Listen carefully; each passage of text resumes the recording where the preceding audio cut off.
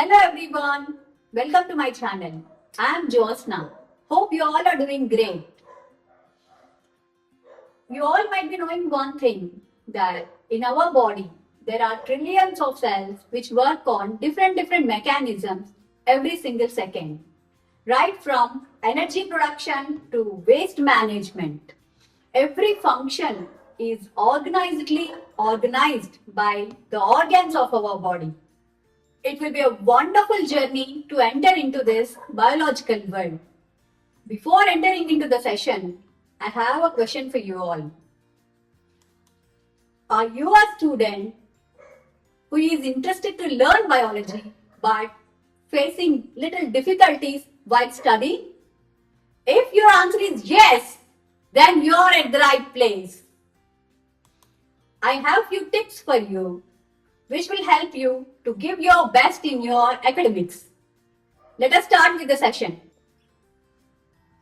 Tip number 1. Do not mug up biology. We may tend to forget biological terminology. In case if we fail to recollect the sentence or a word from the textbook, we will get confused initially and become panic. Tip number 2. Read the given paragraph from the textbook 3 to 4 times. If you are a silent reader, read silently. If you are a loud reader, read loudly so that you will get connected to the subject. And unknowingly, you will start applying your previous knowledge which you have already gained in your previous classes to the current topic. Tip number 3. Instead of remembering the subject, try to understand the concept. How? Let me tell you. For example, mitochondria. Mitochondria, powerhouse of a cell. Ribosomes, protein builders. Cell membrane, security gate for the cell. Instead of remembering like this, try to understand the concept like mitochondria is a powerhouse of a cell. Why does mitochondria is called as a powerhouse of a cell? Because it converts nutrients into energy. Next, we should raise another question. How?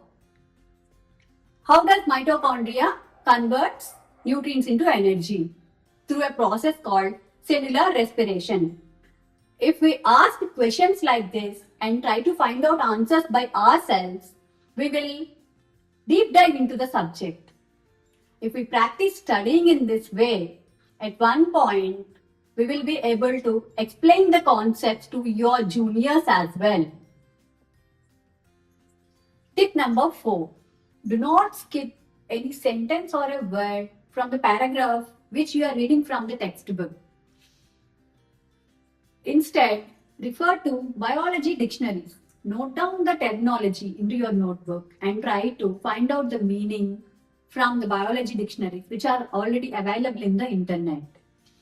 For example, while reading the paragraph, first line you understood, second line you did not understand. Then what happens?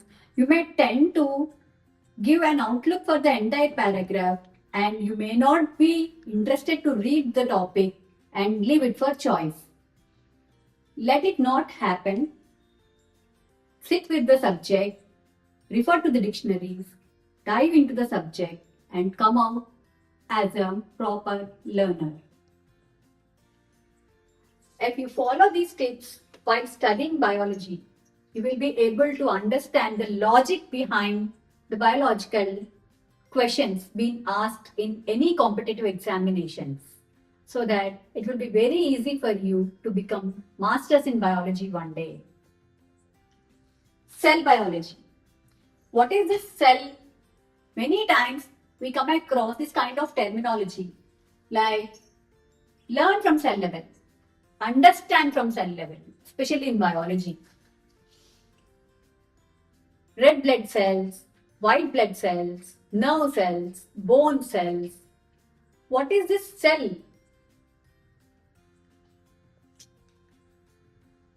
Building block of life. Cell is called as a building block of life. How? Let us take an example of a house. Let us consider its construction.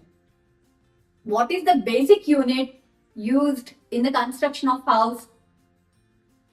A brick. So our cell is also like a brick for the living organism. Does all the houses look similar and same in shape and size? No. But the basic unit which is used in the construction of house is a brick.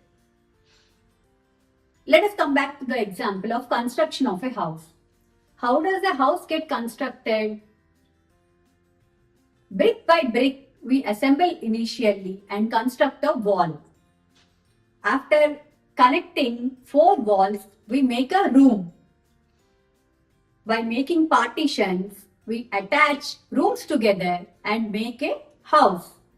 Then we construct another floor. The basic thing used in the entire construction of a house is brick. In a similar way, our entire living organism is made up of cell. That's why cell is a basic structural and functional unit of a living organism. How? Initially, a cell, then cluster of cells forms a tissue. There are different types of tissue. Plant tissues are different from animal tissues, like epidermal tissue, ground tissue, meristematic tissue. These are types of tissues which are present in plants. When it comes to animal tissues, epithelial tissue, connective tissue, nervous tissue, these all are the tissues which are present in our body. After forming tissues forms organs like heart, liver, pancreas, lungs, brain. These all are different types of organs. Every organ is made up of more than 2 types of tissues. Internal layer of the organ is made up of one type of tissue and external covering of the organ is made up of another type of tissue. These all are the organs which are formed by tissues. Initially cell, cluster of cell forms tissues.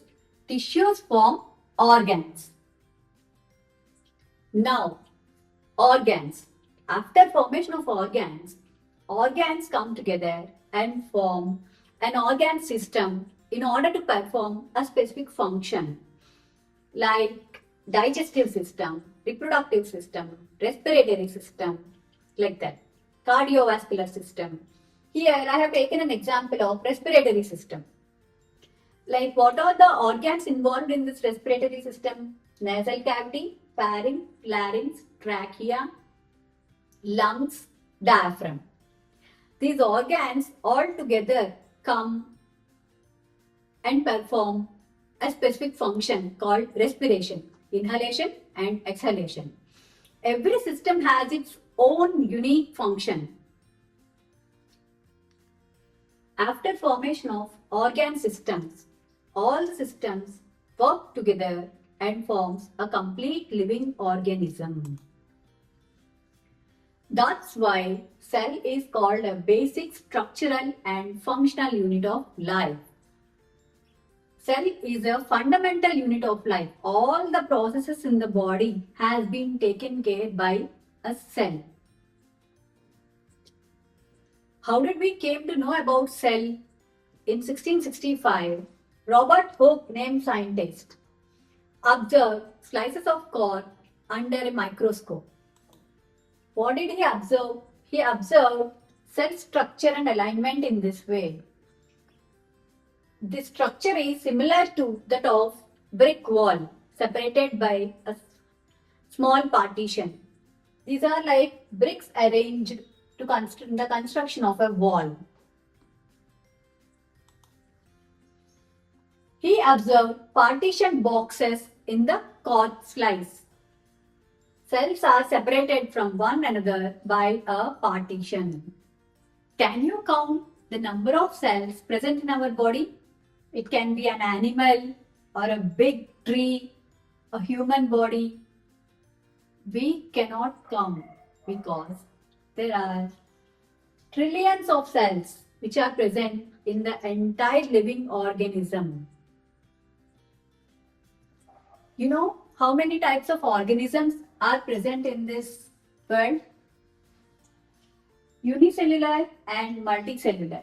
What is a unicellular? Can an organism be unicellular? Yes. Single cell organisms are called unicellular organisms. The entire organism is made up of only one single cell. Example, amoeba and paramecium. Here is the picture of amoeba. Amoeba belongs to a category of microorganisms like protozoa. Bacteria, algae, fungi, protozoa. These all are microorganisms. Amoeba belongs to the category of protozoa. How does amoeba survive? Because it is only one single celled organism. Amoeba captures food, digests, respires, excretes, grows and reproduces through its single cell. These all functions are being done by its single cell. Multicellular organisms. Organisms made up of millions of cells. More than one cell are called as multicellular organisms. Like if you consider a human body, there are trillions of cells with different functions, but all together work together and forms a complete living organism. We have studied amoeba, a single cell organism, and multicellular organisms. Does the functioning of an organism gets affected with the cell count? No. Organisms with billions of cells begin life as a single cell, that is, a fertilized egg. Even we are also a fertilized egg when we were in our mother's womb. If you all find my video useful and helpful, give a thumbs up.